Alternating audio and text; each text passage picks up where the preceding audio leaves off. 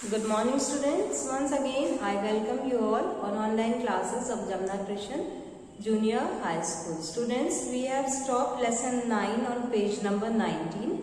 Now today I will continue this lesson from revenue system. It is on page number 19. Land was the main source of revenue. Akbar adopted the basic structure of the Shesha revenue system. He introduced some important reforms with the help of Todar Mal, the brilliant revenue minister. Todar Mal introduced a land revenue system known as Todar Mal's Bando Pass. Land was surveyed and measured with a bamboo jagis joined together with iron rings instead of the hemp rope used earlier. The land was grouped into 4 categories depending on whether it was regular or occasionally cultivated. It was classified further into good, middling and bad categories. The average produced and the average price over the past 10 years were calculated. The revenue was calculated on the basis of these averages. 1/3 of the average produce with the king's share. The revenue officers was instructed to treat and peasants well. Loans which could to be paid in easy installment were advanced to peasants to buy seeds, cattle and implements. If the crops failed due to drought or flood, the state granted remission of revenue.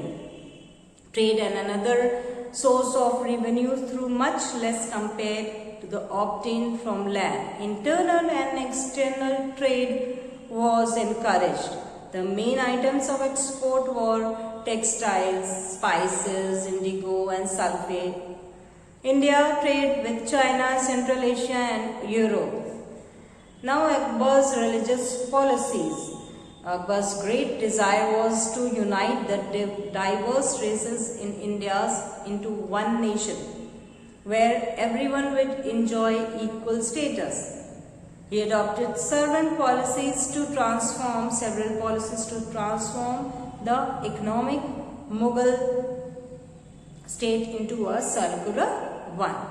Akbar abolished the Jais tax and the pilgrim tax. The Jais tax has been imposed by earlier Muslim ruler on the non-Muslim subject only. It was greatly resented by the Hindus. The pilgrim tax has been imposed by earlier ruler on the Hindu visiting place of pilgrimage. Hindus were allowed to build temples and celebrate festival and worship freely. After Akbar's married Rajput princess and allowed his Rajput wives freedom of worship and to celebrate festivals such as Holi and Diwali. Akbar also celebrate festival of Holi and Diwali and also took part in the celebration himself also. He also took part in Holi and Diwali, the celebration of Holi and Diwali.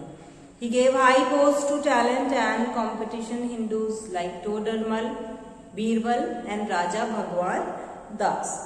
Now Ibadat Khana. In 1575 CE, Akbar built the Ibadat Khana or the hall of prayer of his new capital Fatehpur Sikri for discussion on the religious matter. He then invited scholars, philosophers, priests, missionaries and religious leaders to hold discussion on religion. Muslims, clerics, Hindus and Sikh scholars, Buddhist and Jain monks, Parsis, priests and Christian missionaries.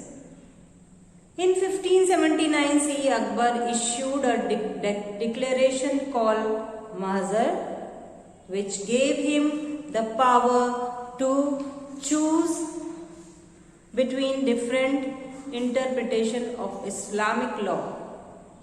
Akbar religion.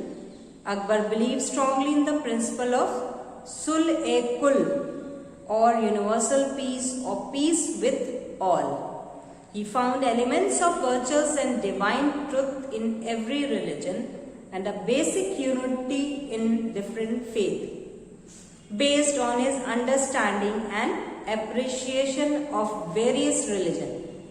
In 1582, C. Akbar announced the formation of a new religious order which he called Deen-e-Ilahi or divine faith. The Deen-e-Ilahi was a combination of the religious ideas of major religions.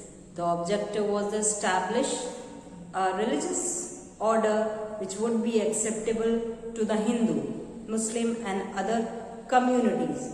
The main feature of this religion was belief in one God and recognition of the emperor as God's representative on earth.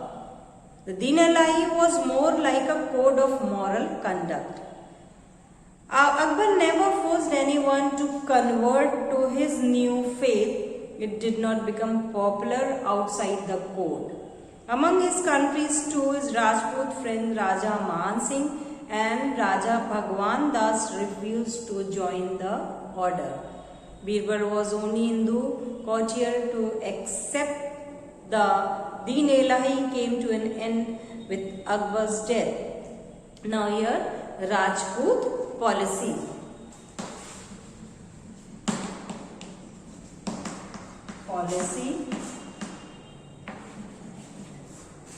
Akbar was impressed by the charity of the Rajput. He realized that the support of the Rajput were necessary, and Akbar treated the Rajput with honor and equality and won their respect and loyalty.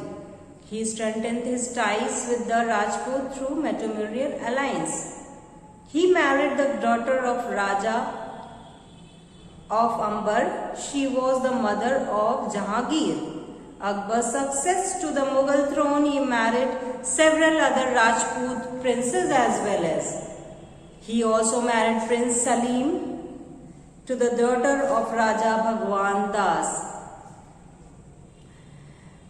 He won their friendship, loyalty and cooperation by appointing them the important post of trust and responsibilities.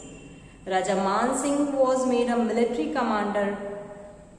The Jais and pilgrim tax were abolished. Akbar did not annex the kingdom of the Rajput ruler and defeating their kingdom. As a result of measure, Akbar was the loyal and support of the Rajputs, who formed the backbone of a strong and stable empire. Now, social and cultural achievement. Social reforms. Akbar introduced of a number of social reforms to rid Indian society of some cruel practice. He prohibited sati, or with the consent of the widow, and legalized the remarriage of widows. He discouraged child marriage. The minimum age and marriage was raised to 14 years for girls and 16 years for boys. The consent of the bride and the bridegroom had to be taken before a marriage was performed. Educational reforms.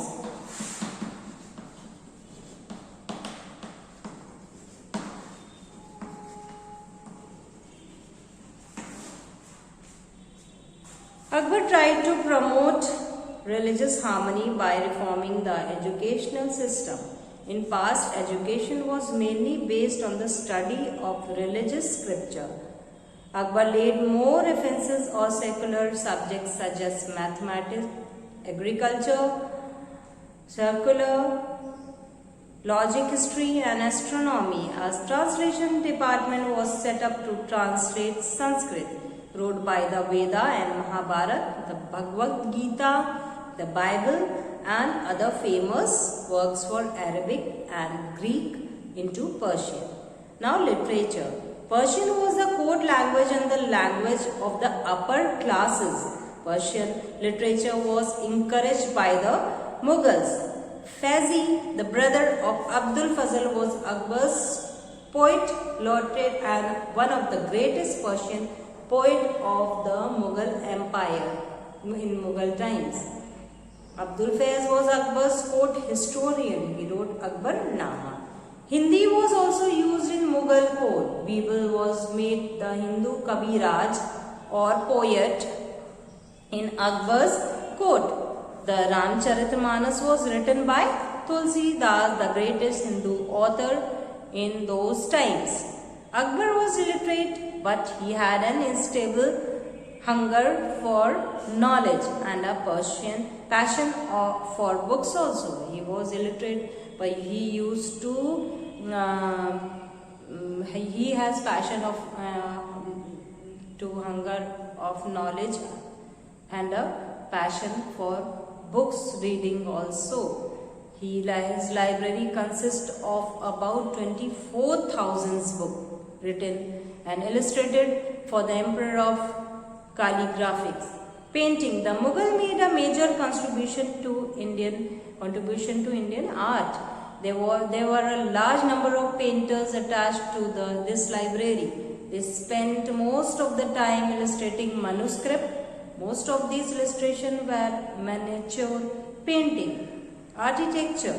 During Akbar's long and peaceful reign, many buildings were constructed. The style of architecture was Persian. For Humayun tomb, however, the passage of time by the palace of Hindu Rajas, Akbar later built reflect Rajput tradition. Fatehpur Sikri, Akbar's new capital city, contained many interesting Rajput style building made by sandstone. It is referred to and dreamed in stone. Among the many fine buildings are the Diwan-e-Khas, Panch Mahal, Jodha Bai Palace and the Buland Darwaza.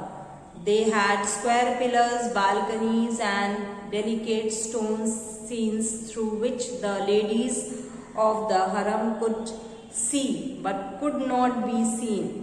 The famous Agra fort was built with red sandstone. Music. Akbar was fond of music also. According to the Abul Fazl, there was 36 top ranking musicians in Akbar's court. They were divided into 7 groups. Each group entertained the emperor on one day of the week. The most famous musician at Akbar's court was Tan Singh. He composed many rags and developed enriched Hindustani music by combining the Indian and Persian. Akbar was the representative of the golden age of the Mughal Empire. He laid the foundation of the secular nation state based on the principle of religious tolerance. Now I will tell you some values and skills. National integration fosters the feeling of oneness towards one country, irrespective of religion, region, race, culture or caste differences.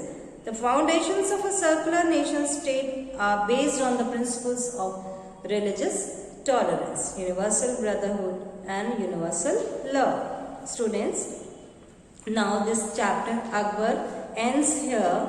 You have to make 2 diagrams. It is on page number 89. Akbar's powers as the Mughal emperor and the structure of the Mughal provincial administration. It is on page number 89. See here. 2 diagrams on page number 89. Now, students, you have to write important words also. It is on page number 19. Now this chapter ends here. Thank you. Have a nice day.